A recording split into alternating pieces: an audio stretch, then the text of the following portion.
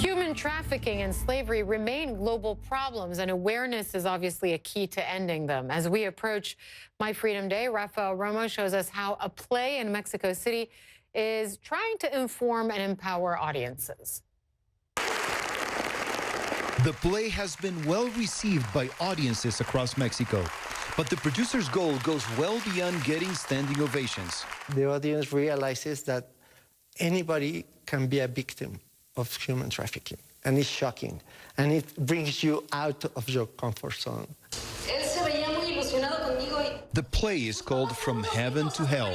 It makes the point in a not so subtle way that human trafficking and slavery are still happening today around the world. Everybody can help to bring out the victims out of that situation. That's our main focus. For one of the performers, getting on stage is not just about playing a role. Carla de la Cuesta says she was one of several young singers and actresses held captive and assaulted by an abusive talent manager. It reminds me of the story I lived, even though I was never exploited for the purposes of prostitution, which is what the play From Heaven to Hell it talks about. But I endured 5 different forms of human trafficking punishable by Mexican law, and therefore I know very well the traffickers' modus operandi.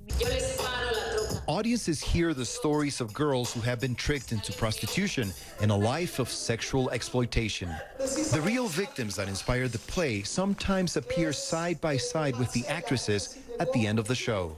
The idea originated several years ago when the play's producer says he had a conversation with the author of a book on human trafficking.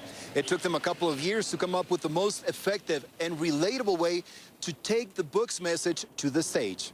Audiences seem to be getting the message. It can happen to anybody, and that we shouldn't judge so easily at people that are in this type of situation because, well, they were tricked. Actress Karenina Ivankovich, one of the actresses in the play, says every time she goes on stage, she thinks of those still held in bondage and the ones who will no longer be able to escape. Hay muchas personas que no han salido. There are many people who are still trapped and some others who lost their life. And it's very important that we don't forget about them and that we honor their memory knowing what's happening. We need to be courageous and raise our voices so that girls don't keep on getting kidnapped. The show ends with an angel that saves one of the victims. Cast members say their hope is that anybody in the audience can be that next angel who saves a victim from human trafficking and slavery. Rafael Romo, CNN, Mexico City.